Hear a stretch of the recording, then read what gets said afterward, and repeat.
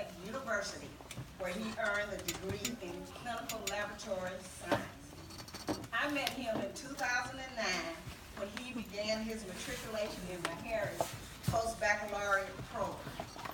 Upon his successful completion of the program, he entered medical school, graduating in 2014. He did his residency training at Vanderbilt University in pediatrics. When Dr. Johnson entered Meharry, he was on a mission to become a physician, and he worked diligently toward that goal. Dr. Johnson was a serious student with a kind spirit and a warm smile. He is a man of God whose faith is his anchor. He is blessed to have 4 fantastic females in his life: his wife Erica and his 3 jewels, Mia, Kamani, and Amari. Please help me welcome a Meharry son home to help train you, the class of 2021, to go forth and serve. Welcome home, Dr. Johnson.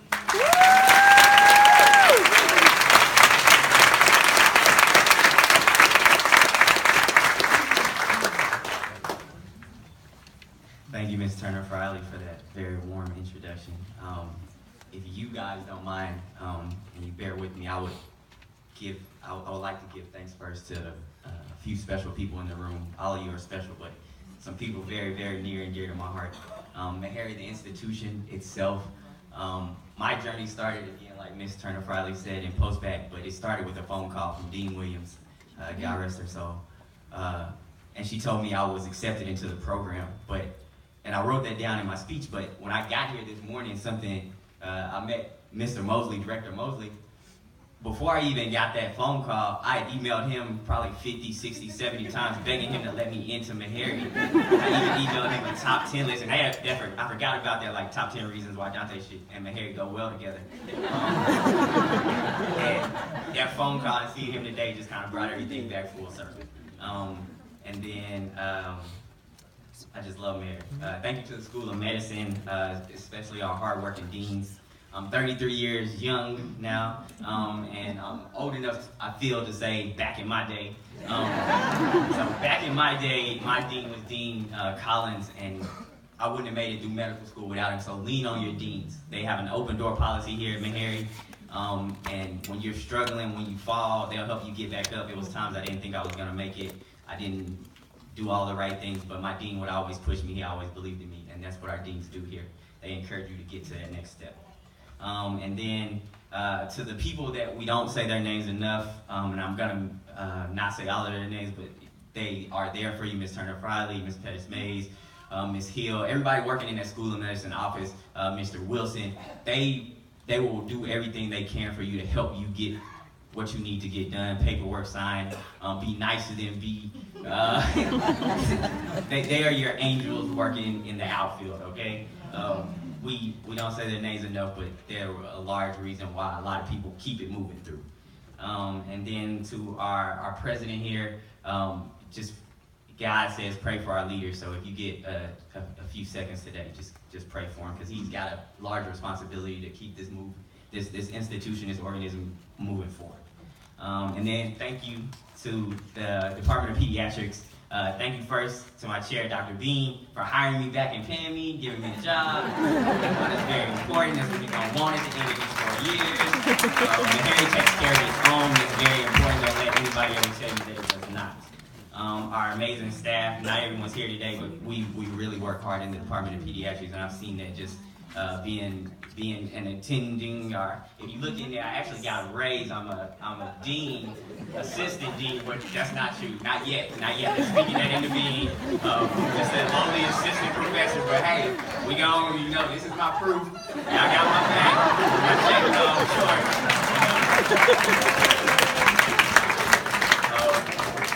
That some of y'all are new to the South, so usually when people get up here to speak, there's like a couple of altar calls, a special offering, those things. So just bear with me here. This is my first last. I just want to thank my mom and my dad and my amazing family, my wife. Without y'all, I would not be up here. They helped push me through. To my kids, I hope y'all understand one day, like I understood, well, my dad, when he was working 16-hour days, and my mom, she would be, walking home from work 5-10 miles and then get up in the morning and catch the bus. I hope y'all understand that we do this because God calls us. This is a service, and we love y'all, but we are called to help sick people. Okay?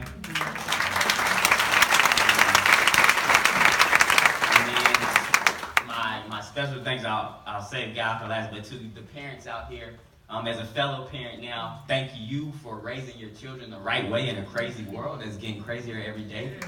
Y'all brought them here. Your sacrifice, your prayers, your time, and your hard-earned cash got them here, and we're going to take the rest of the way. All right? So don't worry, we got them.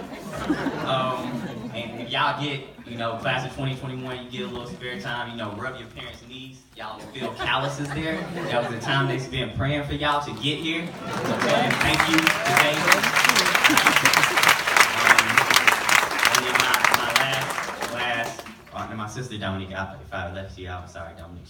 She beat me up and got me here, made me tough.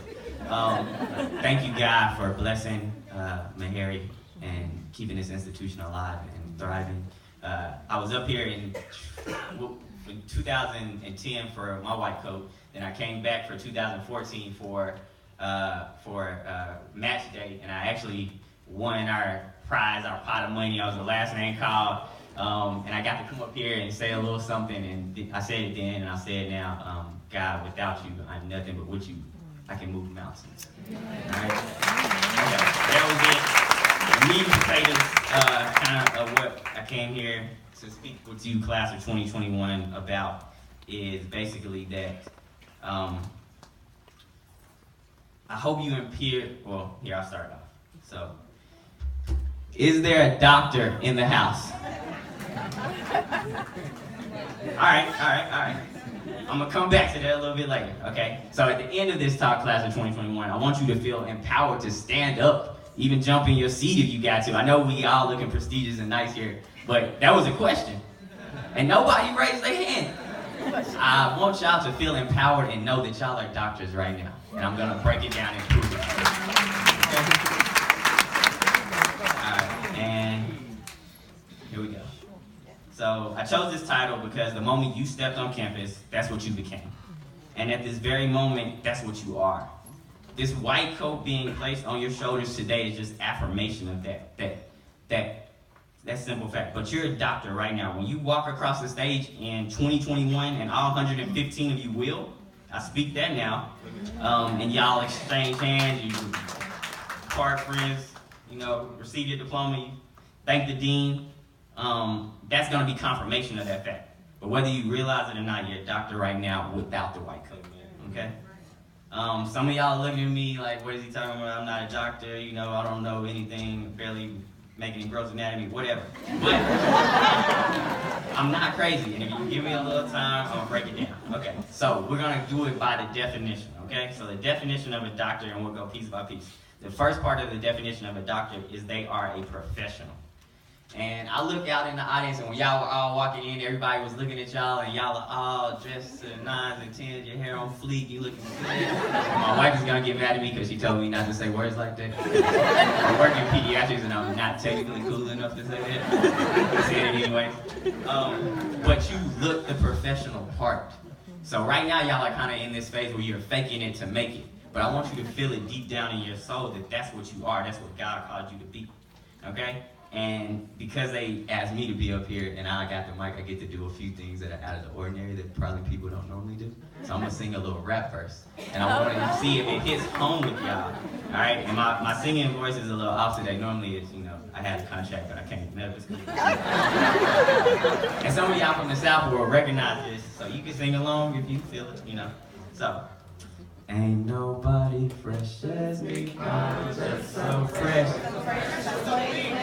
I love when you stare at me, I'm just so fresh. So fresh and so clean. Here we go. So that's Outkast right there, all right? All right. And that's how y'all probably feel at this very moment. Y'all are looking fresh, y'all are looking clean, but when you get up tomorrow morning And also, when you take this white coat on, you're not going to want to take it off. But when you get up tomorrow morning and if you didn't fall asleep in a white coat, I want you to feel that same way, fresh, clean. I want you to think like a doctor. I want you to feel that you are a doctor, okay? We pride ourselves at Meharry.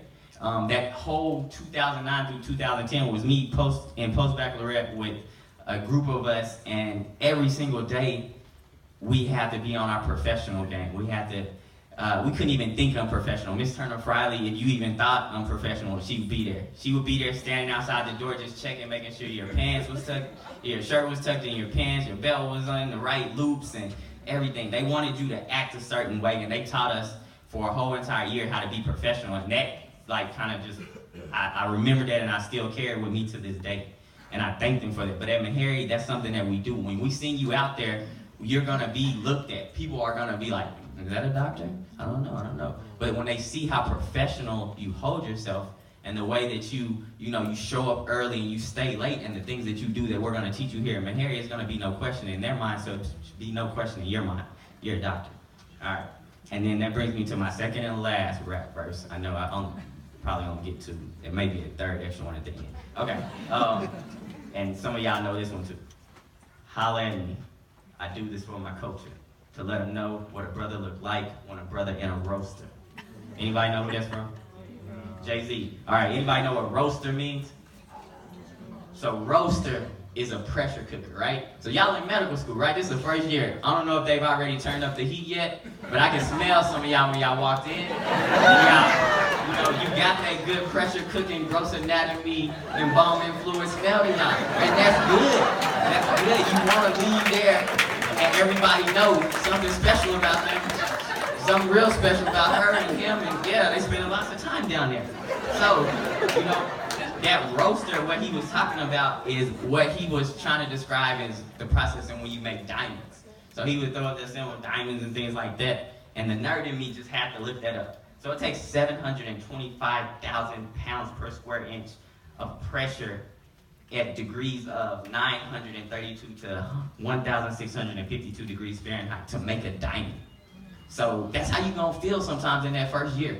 That it's that much pressure on you. But if you understand the process is trying to get you to be that type of diamond, to be that special person that God has called you to be, and that's the only reason it feels like that, and keep that in mind, you'll be able to make it through. All right, and you got lots of classmates to lean on to help you get through because they're going through that same pressure cooker. Okay? All right, and the last part of that verse, show them how to move in a room full of vultures. So I feel that's aptly put because at Meharry, we know the world. We know once you leave these hollow grounds, how it's going to be. When you hear it's all love, gummy bears, candy canes, all that good stuff because everybody's a family here.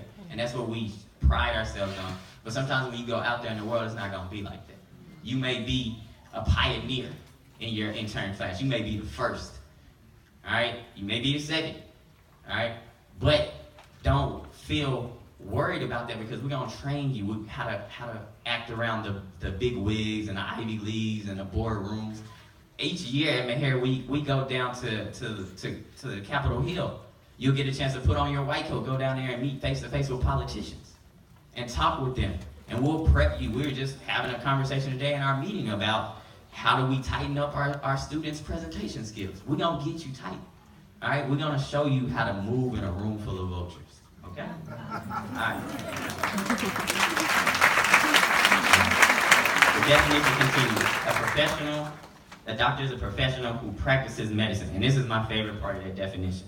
So now, that word practice is there because medicine is an art. All right? And art is something that you work at your whole life. You start working at it as a little kid, my 3 and 4, or my 4 and 5 year old, or scribbling and making circles and diamonds, and I'm like, all right, you need to be doing this cross by age 5, and you need to be doing this by age 6, and we just, we're working on the handwriting and the lettering. But just like art, sometimes you're not appreciated, or just like an artist, sometimes you're not appreciated. So in your first year, nobody is gonna be clapping you on your back when you leave that gross anatomy lab. Nobody's gonna be, giving you a pat on your back when you've been studying for, 6, 8, 12 hours out of your day. Nobody's gonna understand that when you call back home and they kick it. All right, you're gonna be underappreciated as an artist, and you gotta realize that in the beginning. And so I got to just doing a little bit of Google research, and I came across Van Gogh. Everybody know who Van Gogh is, right? Very famous artist, very famous guy. Well, Vincent Van Gogh, anybody know how many paintings he sold his entire